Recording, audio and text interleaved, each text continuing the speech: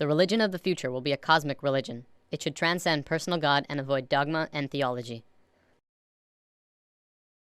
Can you feel it? A sort of anticipation growing stronger and stronger? Another way of putting it is time is speeding up. I've heard that discussion for a while now. I know most people have felt it at some point, maybe while watching the news or perhaps something in their own lives. Something big is about to happen. You can see signs of it all over the world.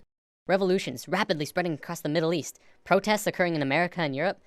Earthquakes are devastating the world, like in Japan, Myanmar, and Greece. The global economy is failing so hard that it looks like we're looking forward into a global recession, the likes of which makes the 30s look like a cakewalk. Not to mention that if global warming doesn't put our planet into an ice age, we're gonna kill ourselves from overpopulation for sure. And using the rate of doubling, we definitely don't have the resources to survive the way we are for maybe a little over 10 years. Yet, despite all of these things, we're about to learn something amazing. It's something that will transform the earth into something completely different, something incredible and beautiful. Many people across the globe have learned about this, and they've applied it to themselves and witnessed marvelous changes. Others have dedicated their lives to talking about it, to teaching it. I'm someone who's still exploring it, and I want more people to talk about it with. Mind, body, spirit. This is the sacred trinity that allows us life on earth. Without even one of these three, we could not function properly. Yet, in today's world, we only really truly understand two of the three. We have scientifically mapped the mind and the body. We understand next to every aspect about each of them. Yet, what do we really know about the spirit, the soul? What is it? Where does it come from? For centuries, religions have been the primary source for answers pertaining to the soul, but they're not concrete. Many different religions have a different answer and ideas about how things work on this level. Recently, however, a discovery was made, which led to new discoveries and further discoveries. These incredible insights went largely unnoticed by the global community, and while governments and secret services of the world acknowledged them, it wasn't something that really got to the masses. Today, this information is still slowly coming out, and I'm going to share it with you. In the world of science, what do we really know about thoughts? We know we can measure them by hooking up scanners. You can measure the frequency that are emitted when you think them. They're measurable, yet there isn't anywhere specific in the brain that holds them. Is it possible that you create your thoughts outside your mind? Maybe not. But is it possible that you create your thoughts into the external world from your mind? This is what we're going to talk about today. Have you ever had a moment where you knew exactly what someone else was going to say about 2 or 3 seconds before they even started talking? Do you have a shared connection between a loved one or a pet where you can always tell exactly how the other is feeling or what they're thinking of, even if they're not really around? Have you ever met someone that you really got bad vibes from and your intuition turned out right? We've all had experiences like these at least a few times, many more than others.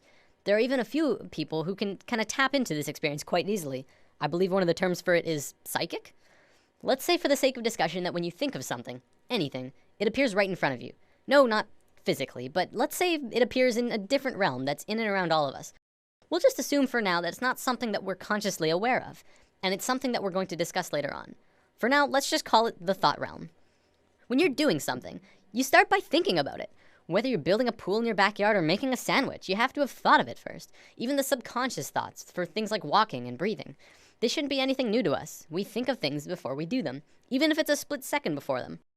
This is just how we function, and our physical actions match the thoughts that we've created. You might say that you move through your thoughts, turning non-physical ideas into physical actions. When an inventor gets an idea, this idea can quickly spread throughout all of his colleagues and friends. Ideas and thoughts are spreadable. Multiple people can hold on to the same idea at once, allowing them to grow and develop further. In this scenario, don't think of thoughts as separate, but as a whole that everyone is latching onto.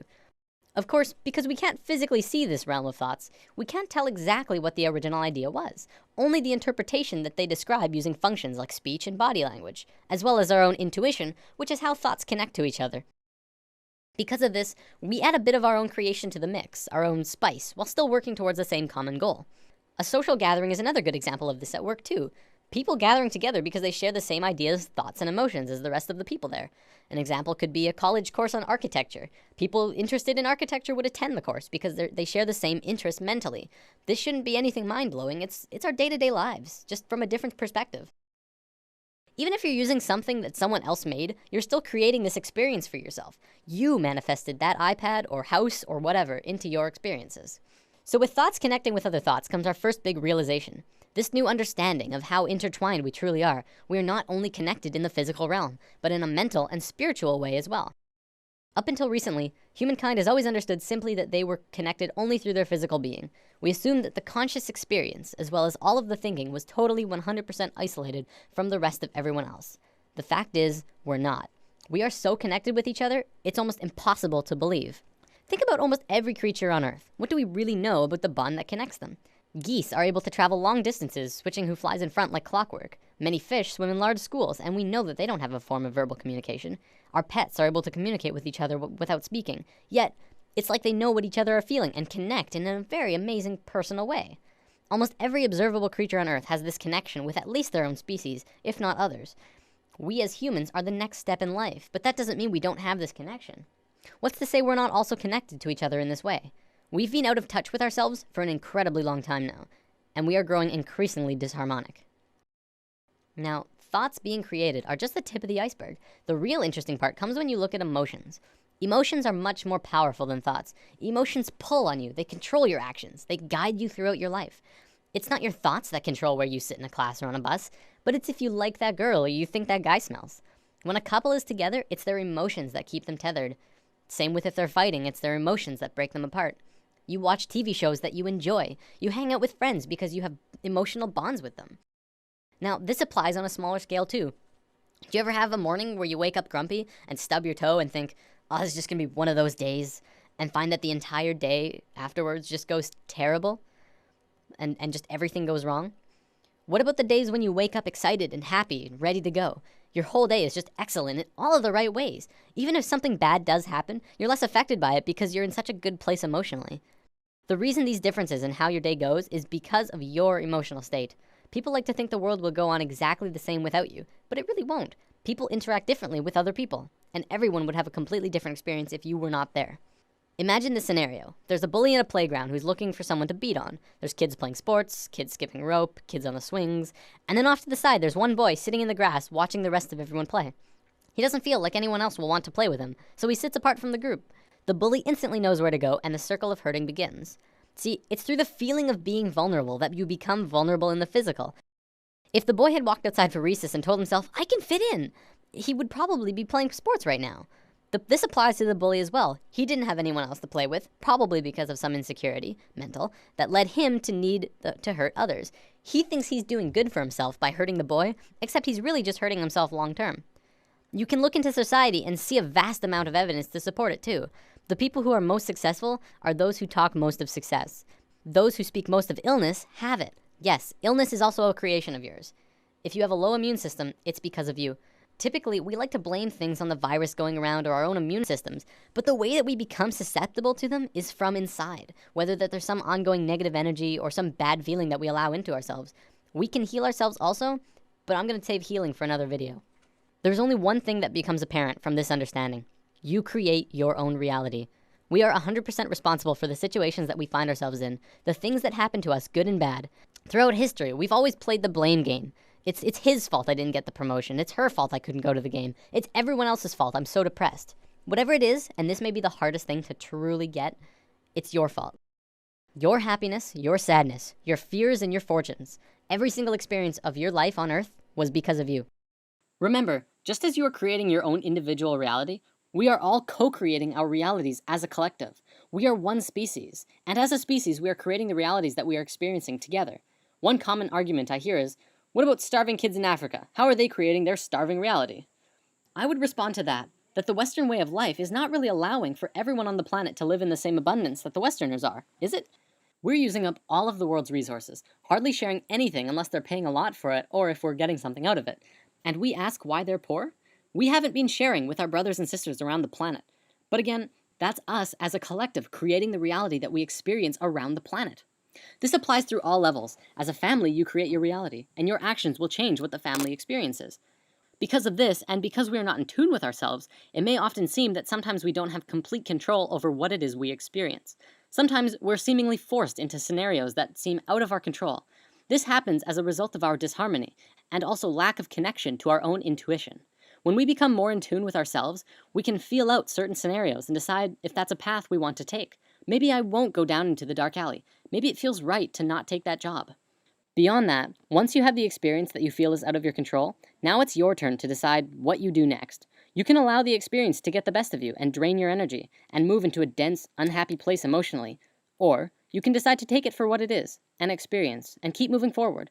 Every dark cloud has a silver lining, and if you're looking for that silver lining, you'll have a much easier time finding it. Many of us have heard of this thing called the law of attraction, which talks about something similar to this, but talks more about evidence and not much about this thought realm. Over the entire world, people have written in to tell of their amazing stories, where they really focused on having what they wanted, and got it through miracles and coincidences. This is but a small piece in the vast ocean of the internal world that I'll be talking about. It is, however, very real, and you can literally change everything in your life by willing it so. I know this from personal experience, and it's not hard to find others who have too. One continuous argument I hear from people who deny this law of attraction is, you don't just think things and change everything by sitting on your ass. To which I reply, exactly. You never stop moving. Just change your mindset and continue on with your life. Create your emotions in your mind, then move into them physically. Don't let your emotions control you. Pull your thoughts into the physical realm. What can you do to change things? Well, just be good to yourself. Fill yourself up with the emotion of love and happiness as you go about your day. Treat yourself and try to change your perception of your life from what others think is best for you to what you think is best for you. Take a few minutes to sit down and actually just ask yourself, what do you really want? Of course, at first a lot of people might first think of money, wealth, fame, and luxury. And hey, those things are pretty nice. But will they buy you happiness? I guess that depends on you. I found in my experiences that beyond all of those things, what people really want is to be accepted, appreciated, and loved. By giving that to others, you will in turn get that back, and the bond that connects you to everyone around you will strengthen so much further. I want to bring up one more thing before I run out of time. There was a scientist in Japan a few years back who made an incredible discovery, but one that also went largely unnoticed or recognized by the global scientific community. Dr. Masaru Emoto discovered that by putting words on a side of a glass of water and freezing the water, you could change how the water would freeze into crystals. On a jar that said, "I love you," this is how the water crystal froze. On a jar that said, "You make me sick, I want to kill you," it froze like this. If thoughts can do that to water, just imagine what thoughts can do to us. Well, looks like I'm about out of time for today. Before I go, I want to leave you with words to sit on. For anyone who is looking for direction right now. You can have, do, or be anything you want. Namaste. Thanks for listening.